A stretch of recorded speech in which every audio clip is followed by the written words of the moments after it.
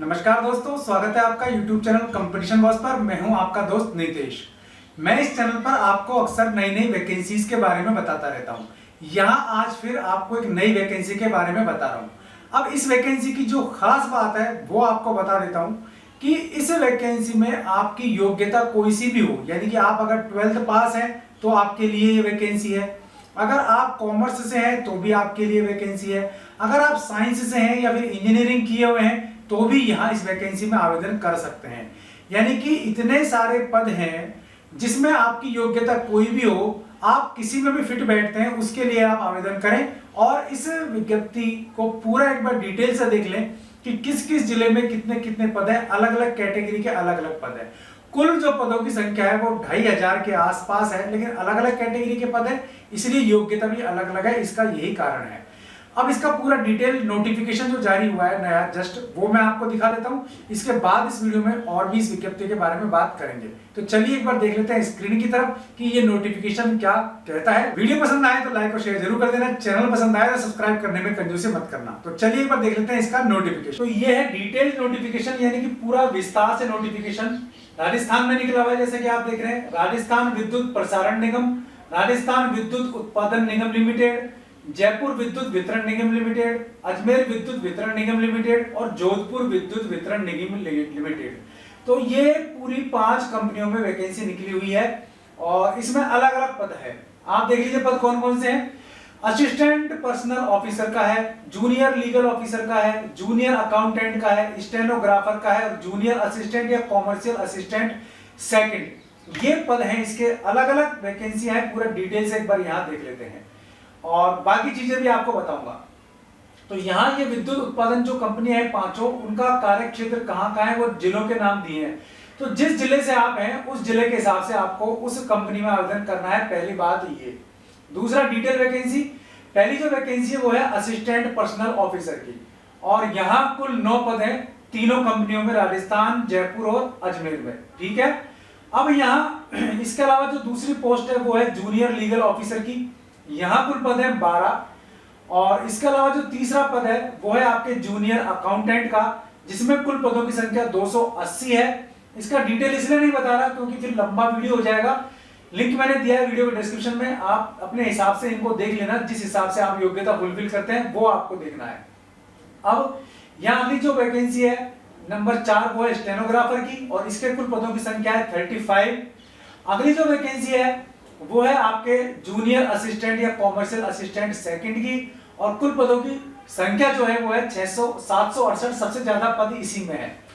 तो अलग अलग वैकेंसी, अलग अलग पद, ये मैंने आपको बताया। अब इसकी एक बार एलिजिबिलिटी हम देख लेते हैं। तो एलिजिबिलिटी के लिए हमें थोड़ा सा नीचे आना पड़ेगा। ये इसकी सैलरी दी हुई है।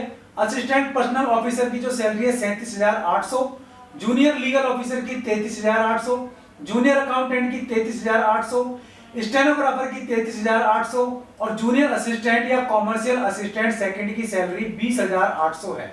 और ये आपका स्टाइपेंड है जो आपको दिया जाएगा आपकी ट्रेनिंग के दौरान 2 साल के लिए। अब एजुकेशन क्वालिफिकेशन देख लें हम यहाँ।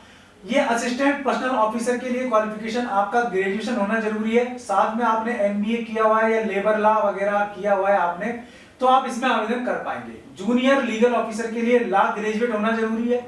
जूनियर अकाउंटेंट के लिए आप मान लीजिए ग्रेजुएशन है लेकिन कॉमर्स और या बिजनेस एडमिनिस्ट्रेशन से है, तो फिर आपके लिए ज्यादा फायदे का सौदा साबित होगा। बाकी कंप्यूटर भी, MBA भी, MCOM भी इसमें आवेदन कर सकते हैं। ठीक है।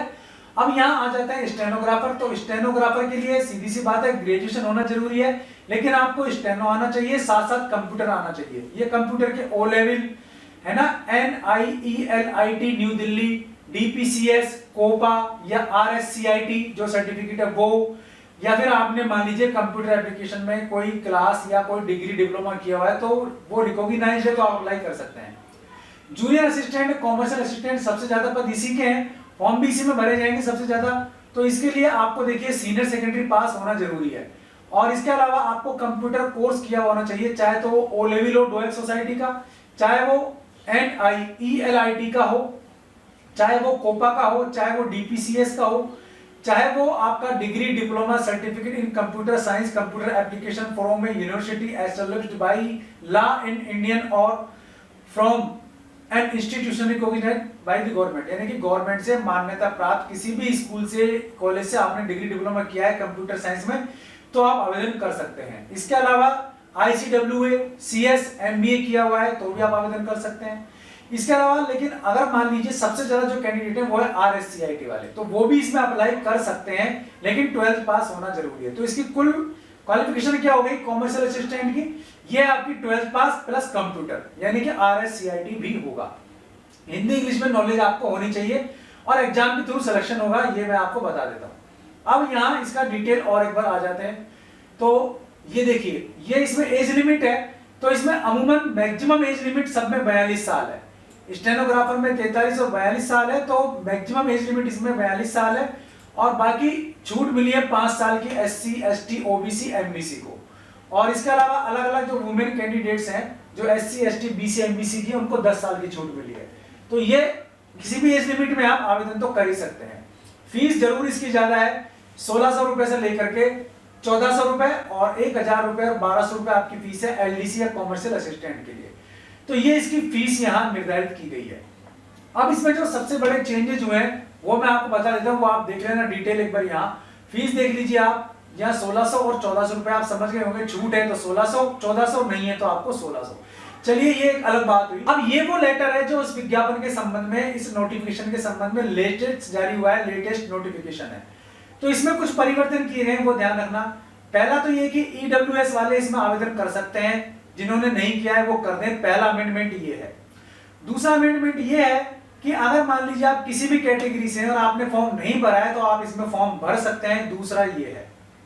तीसरा इसमें एग्जामिनेशन सेंटर्स को लेके है, जो अभी राजस्थान से बाहर भी रखे गए थे, लेकिन अब केवल राजस्थान में ही एग्जाम होंगे। इसके जो सेंटर आपने भरे हैं वो आपको मिल जाएंगे, ठीक है, तो केवल राजस्थान में इसके सेंटर मिलेंगे आपको। और आवेदन इसमें 1 जून से शुरू हो चुके हैं। कुल पदों की संख्या 2370 है, ठीक है। इसमें सूचना सहायक के 1075 पद और हैं, तो ये भी आप थोड़ा ध्यान रखें। इसमें ये इस तरीके से आपको यहाँ छूट दी गई है काफी सारे। अब इसके अलावा आप यहाँ देखें लास्ट डेट तो वो 21 जून है आपकी, इसमें लास्ट डेट के बारे में आपको ध्यान रखना है। अब यहाँ देखिए, यहाँ ये वाला बिंदु कि आर्थिक रूप से पिछड़ा वर्ग के ऐसे अभ्यर्थी जिन्होंने पूर्व में निर्धारित फीस के अनुसार अधिक राशि जमा कराई, यानी कि EWS को जो फीस में छूट मिलती है, उन्होंने अभी तक जनरल क्लास के हिसाब से फीस जमा कराई थी, तो उनको फॉर्म दोबारा नहीं भरना, अपनी कैटेगरी सही करनी है, तो ज्यादा जो राशि है वो आपको लौटा दी जाएगी, ठीक है। उनको कोई आवेदन दोबारा से नहीं करना, एक तो ये चीज, लेकिन सर्टिफिकेट आपको अपलोड करना होगा भाई, ये बात ध्यान रखनी है।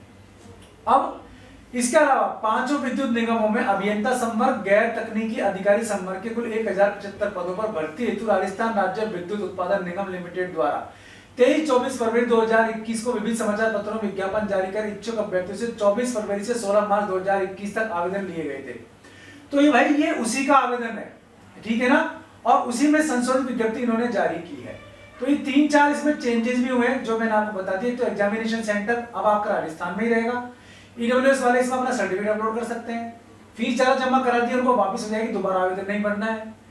इसके अलावा अन्य जो अभ्यर्थी हैं किसी भी कैटेगरी के हैं वो भी इसमें आवेदन कर सकते हैं। तो ये 4-5 तरीके के चेंजेस थे। ये लेटर भी मैंने लिंक आपको वीडियो के डिस्क्रिप्शन में दिया है, आप वहां से ले लेना और इसको आराम से पढ़ने के बाद आवेदन जरूर कर देना। तो काफी अच्छी वैकेंसी है, हर तरीके की क्वालिफिकेशन अगर आप रखते हैं तो आप यहाँ आवेदन कर सकते हैं। सबसे अच्छी बात, साधारण से आपने अगर 12वीं पास कर रखी है, 12वीं क्लास पास कर रखी है और आपके पास कंप्यूटर सर्टिफिकेट है, इन सभी में से कोई सा भी एक, तो आप इसमें आवेदन कर सकते हैं। स्टेट कोई सा भी हो तो भी आप इसमें आवेदन कर सकते हो, इसमें स्टेट वाला वेरिएशन भी नहीं है, बस रिजर्वेशन का बेनिफिट नहीं मिलेगा तो भी कोई बात नहीं। मैक्सिमम एज लिमिट वैसे भी 42 ईयर्स रखी गई, जो कि अपने आप में बहुत ज्यादा है, तो अदर स्टेट वाले भी इसमें काफी बेनिफिट उठा पाएंगे।